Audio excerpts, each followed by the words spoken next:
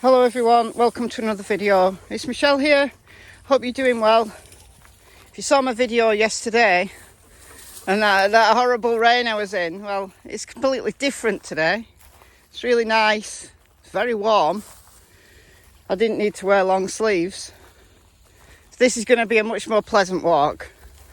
Thank God for that. So today I want to discuss the interview room and his very emotional, very raw chat with Jeannie, who is Donald Well's stepsister, and her daughter Trish was also on the show for support of her mum. Without going into graphic detail, she spelled out exactly what Donald Well's abuse of her did to her. However, Donald wants to spin this, saying that she was just as much guilty as him, and a 5-year-old initiated it.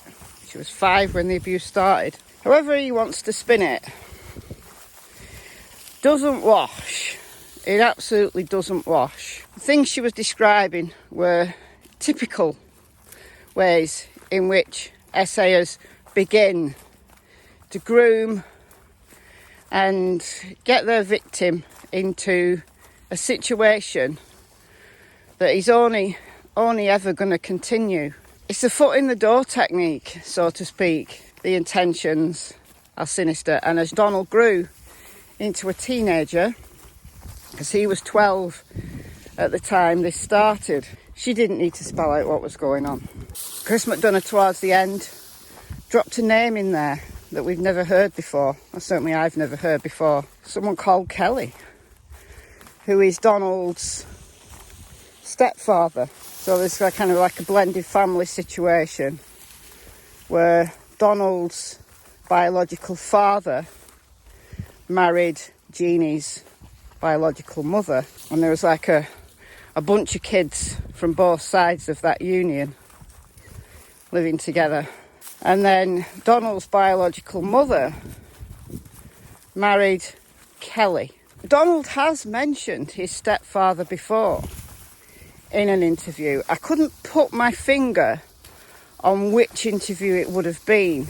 I don't know whether it was the one with Chris McDonough or it was one of the several now that he's done with Voices Behind the Wall. I just can't remember where it was. I can't direct you to the video. Donald said that his stepfather hated him, but he loved his sisters. He loved Donald's sisters because he was molesting them. So on both sides of Donald's blended family, there's a problem. On one side, Donald himself is doing the essay, and on the other side, it's Donald's stepfather doing the essay. I mean, I refer you back to the video that I made yesterday about the transmission of intergenerational trauma, because we don't have to get into fancy epigenetics to say that trauma, the likelihood of being victimised and the re-victimisation cycle in some families goes on generation after generation after generation. Now, I don't know how far back this really troubling relationship goes between adults or older people and younger people within the Wells family. The union of Donald and Candice, where there's so much trouble on both sides of the family, is a recipe for disaster.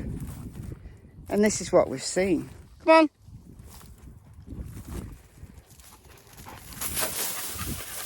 There's a person. Can you see them? Probably not. I'm going to hang around here before I let them pass. You can just see their head bobbing up over the wheat there. Oh yeah, you can definitely see them now. They've got a dog. You don't have to stay on long, Tilly. But something that Chris McDonough said very poignantly and incredibly importantly As I mentioned yesterday, that cycle can be broken.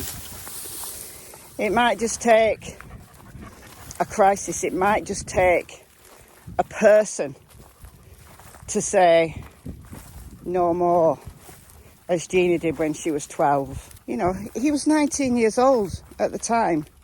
He should have gone to prison for what he did. He should have been on the SA offenders register, if there was one in the state of Utah at that time.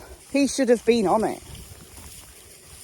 Like his son, like his eldest son, Donnie, is right now, for having an inappropriate relationship with a girl who was 14 when he was 19. Donald should have been on the SA register. But for Jeannie and for her daughter Trish, they're so strong. It was so brave to go on that show. There was 13,000 people watching. And she would have known that Donald was watching that. She would have known that. And she knows the things he said. And that some people who are basically at this point just outrageous Donald Wells apologists, I'm not going to even mention their names, but they are, you know, drumming up support for Don, saying, oh, well, this is just about summer and let's not talk about the SA. We're here for summer. We know there are more than one victim, though. That's the thing. There are other people. Probably, possibly, other people yet to make themselves known. There might be people who've reported, you know, after seeing this, have reported to the police and will never go public. And that's absolutely fine by me. Jeannie went to the police in Tennessee on day 2. The very day after she heard someone was missing, she rang the TBI. There may be others who've called. There may be. I mean, it's my hope that Jeannie has the strength and the courage to follow this through and report Donald to the police on her own behalf. Not as an informant saying, this happened to me and I'm scared for summer. Tilly, this way. But, you know, on her own behalf, because Donald deserves to go to prison for what he's done. He deserves that. He should have done his time at the time, been a registered offender, and then it would have been up to him then how he lived the rest of his life. But I don't know whether you share my view that justice needs to be served and Donald should be punished for what he's done to Jeannie, even though it's 37 years ago. Jeannie's been living with this for 37 years. Isn't it time Donald paid for what he did? You know, these Donald Wells apologists say, we're just here for summer. Okay then. But let him be punished. Let him take accountability for what he did to Jeannie and possibly the others. Let's see Donald go to prison for what he did to Jeannie. She's as important from a victimological standpoint, from her own standpoint. She's as important. The justice system should be there for her, just as it is for Summer. Let me know whether you agree. Now, when I talk about the Donald Wells apologists, I think plenty of you who watch my videos will know who this is, but I was pretty disgusted with them yesterday. Straight after Chris McDonough's show, they went live with one of their round table discussions, or whatever they're called, and Donald Wells was there. It was a Q&A session. They were asking him really lame questions. Given the horror of what has happened, how can they say, when a woman pours out her heart to 13,000 people, having her offender on their show, asking him lame questions like, does Summer like potatoes? Because, you know, kids who say they don't like potatoes always love French fries. It was horrible. Now, you know, she said, well, she'd scheduled that live before Chris McDonough scheduled his. Fair enough. You were in control of how you conducted that live, what questions you chose to ask Donald. And if this is all about Summer to you, well, ask him the searching questions. If you want to know what happened to Summer, ask him the searching questions. Or if you don't feel capable of doing that, don't give him a platform. Of course, it's up to you. It's entirely up to you. This is all just my opinion. But while Donald keeps talking, he keeps dropping himself deep and deeper in, because he's added another little bit to the story. He's now added that a neighbour heard a scream. And not only did a neighbour hear a scream on the late afternoon of the 15th of June, just around the time when someone would have disappeared, not only that, the scream sounded muffled. The scream sounded like Summer had her mouth covered and Summer managed to wriggle free and let out a scream that was so loud it could be heard by a neighbour. Now, the Wells property isn't like that row of houses there, which are very, very close together. I mean, most houses in the UK are very, very close together, like those. Those are semi-detached, so there's two houses, reasonable sized houses, in one building. And if someone was being kidnapped or abducted in one of those houses, it's highly likely that if that person was screaming, those neighbours would have heard it. Highly likely. Can you see how close together they are? But that's not the case at the Wells, is it?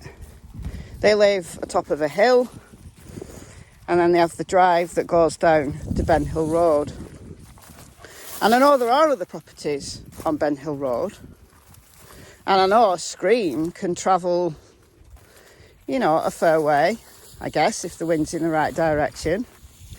So, it's possible the neighbour heard something. But, Donald, why have you never mentioned this before, son? It seems that every time, you know, he feels the heat, new information comes forward to make him look bad. He has to double down on his own theory that someone was abducted by adding a little bit more information. That's what it seems like to me. What does it seem like to you guys? Because that's definitely what it seems like to me.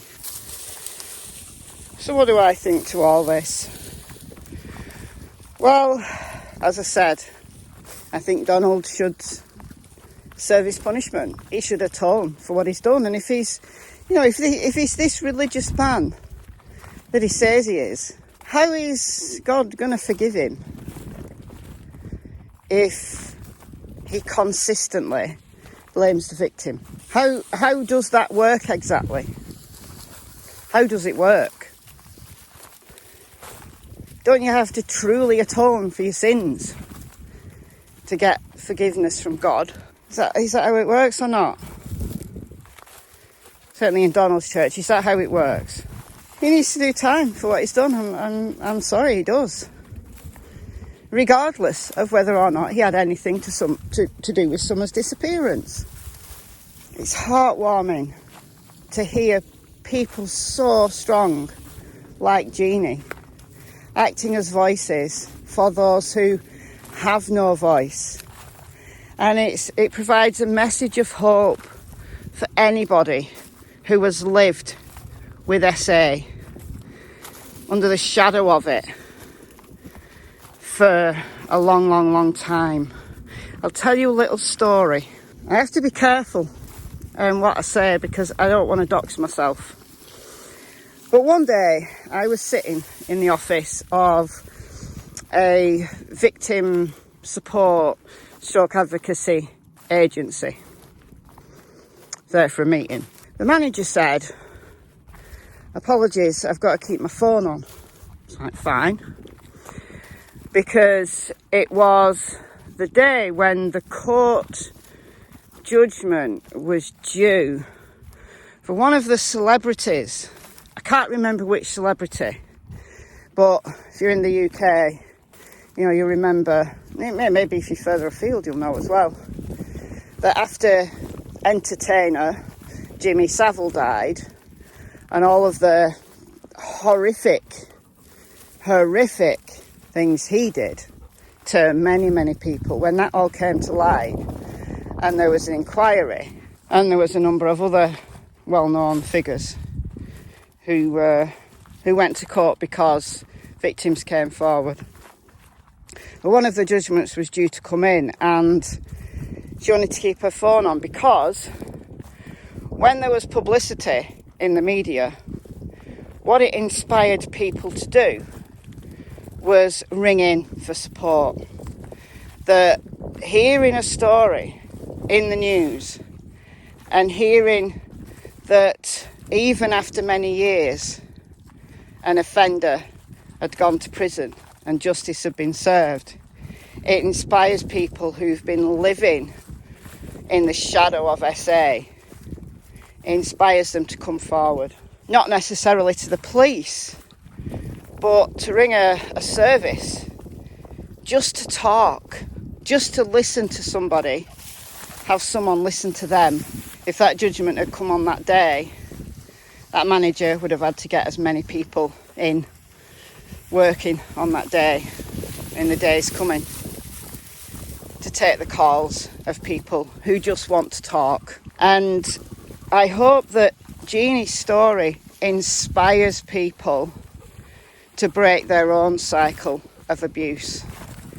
The first step is tell someone. The first step is don't feel that you're alone, because there's so many people here to help. And even though you weren't believed and you were perhaps too scared, justice wasn't served at the time, there is a place for you now. And with your permission, you can make a huge difference. Jeannie last night was the voice for historical child victims of SA all over the world. Jeannie was that voice. She was a voice for Summer, but as importantly, she was a voice for everybody else who's been in that situation. And the manager of that service, that victim advocacy service, said when, and this still is emotional for me, listening to what she said, that when the Jimmy Savile story broke, and they had a massive influx of people ringing in just to talk about their own childhood horrors, a lady of 92 years old rang up just to talk. She'd been abused throughout her childhood, possibly in a similar way to the way Jeannie was. And she had not told a soul for her entire life because she felt she would be blamed, she wouldn't be believed. Because all those years ago, this lady was 92, so what, 80, 85 years ago, it was a completely different world. And she realised at the age of 92 that there were people out there to help. Even if it's just to talk. She had not told a soul. until she made that call. It doesn't matter how long ago it was, you still have a right to be heard. And you have a right to justice if that's what you want. And I say again how utterly disgusted I am by the Donald Wells apologists, by not addressing that massive elephant in the room. You give him power. He's controlling you. You give him the power. And he lies. And he concocts new versions. But keep talking, Donald, because I'm certainly not believing you.